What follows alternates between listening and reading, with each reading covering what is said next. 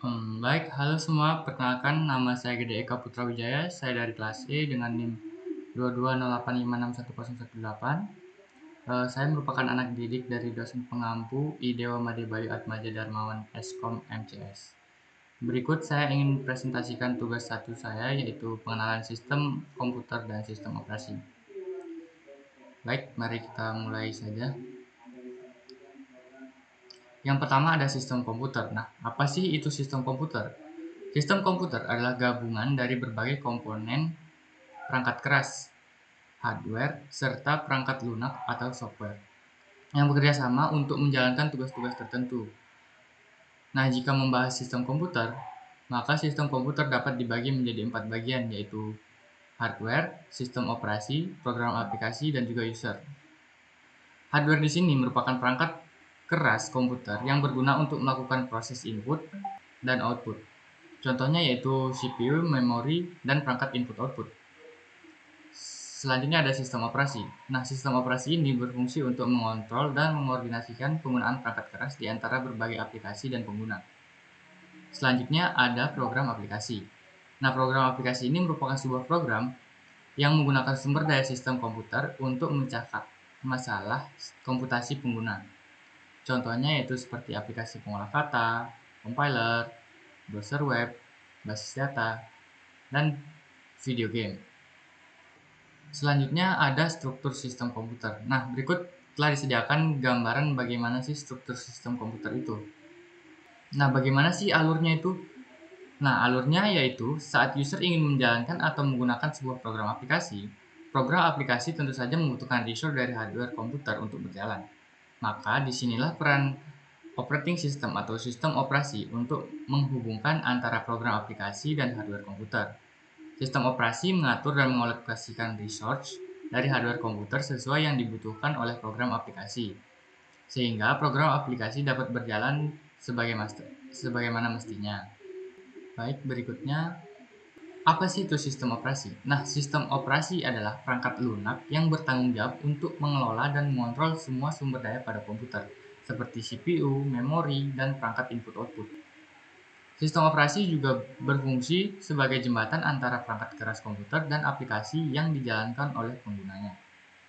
Kemudian, fungsi sistem operasi. Nah, yang pertama yaitu ada mengatur dan mengelola sumber daya. Sistem operasi di sini mengelola sumber daya komputer seperti CPU, memori, dan perangkat input-output. Ini memungkinkan beberapa program untuk berjalan secara bersamaan di satu komputer. Kemudian ada memberikan antarmuka. Sistem operasi menyediakan antarmuka untuk pengguna agar dapat berinteraksi dengan komputer dan menjalankan aplikasi. Kemudian ada mengatur proses. Nah, sistem operasi juga mengatur proses dalam sistem komputer dan menentukan urutan eksekusinya. Ini termasuk manajemen proses, manajemen memori, dan manajemen file. Selanjutnya ada mengatur jaringan. Sistem operasi dapat memungkinkan komputer terhubung ke jaringan dan dapat berkomunikasi dengan perangkat lain melalui protokol jaringan. Dan yang terakhir ada memberikan sistem proteksi. Sistem operasi juga memberikan kontrol dan akses proteksi untuk menjaga keamanan data dan sumber daya pada komputer kita. Baik, berikutnya yaitu ada tipe sistem operasi. Nah, yang pertama di sini ada Single User Operating System, di mana sistem operasi ini hanya dapat digunakan oleh satu pengguna pada satu waktu. Kemudian ada Multi-User Operating System. Nah, seperti namanya sendiri, multi-user. Berarti sistem operasi ini dapat digunakan oleh beberapa pengguna pada satu waktu. Selanjutnya ada Real-Time Operating System. Nah, sistem operasi ini dirancang untuk memproses tugas-tugas dengan waktu respon yang sangat cepat.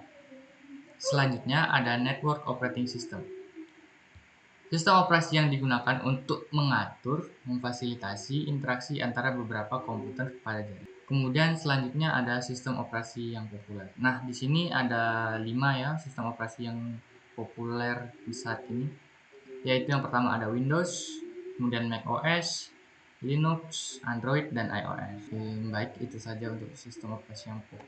Baik, di sini yang terakhir saya akan menjelaskan tentang perkembangan dari OS yang paling banyak digunakan saat ini, yaitu Windows. Nah, Windows ini adalah sebuah sistem operasi yang dikembangkan oleh Microsoft Corporation. Sistem operasi ini dirancang untuk berjalan pada komputer desktop, laptop, dan tablet PC.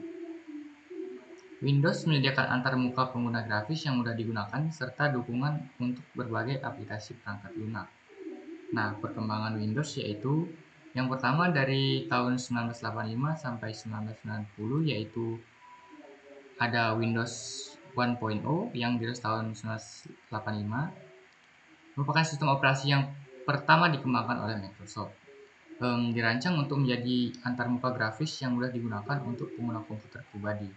Kemudian naik menjadi Windows 2.0, dirilis pada tahun 87. Windows 2.0 menambahkan fitur dukungan seperti drive hard disk, kemampuan untuk memperbesar dan memperkecil jendela, dan dukungan untuk keyboard dan mouse. Kemudian naik lagi menjadi Windows 3.0 yang dirilis pada tahun 1990. Windows 3.0 adalah versi Windows yang paling populer pada masanya, dengan menambahkan dukungan untuk icon dan program yang dapat dijalankan di latar belakang. Selanjutnya pada tahun 1995 sampai tahun 2000, Windows mengembangkan sistem operasi yang dinamakan Windows 95. Nah, dirilis pada tahun 1995, Windows 95 menambahkan dukungan untuk plug and play, kemampuan untuk menjalankan program DOS dan Windows, dan fitur terbaru seperti taskbar dan start menu. Kemudian naik menjadi Windows 98, dirilis pada tahun 98 tentunya. Windows 98 ini menambahkan dukungan untuk USB, dukungan DVD, dan Internet Explorer 4.0. Selanjutnya naik lagi menjadi Windows 2000, dirilis pada tahun 2000. Windows 2000 ini merupakan Windows versi pertama yang ditujukan untuk pengguna bisnis, dengan menambahkan dukungan Active Directory, Microsoft Management Console, dan Group Policy. Selanjutnya pada tahun 2001 sampai 2006. Nah, di sini yaitu ada Windows XP dirilis pada tahun 2001. Windows XP menambahkan tampilan yang paling modern, dukungan untuk jaringan nirkabel, dukungan untuk multitasking yang lebih baik, dan Windows Media Player. Kemudian naik menjadi Windows Vista, dirilis pada tahun 2006. Windows Vista menambahkan fitur seperti Windows Aero, Windows Sidebar, dan Windows Search.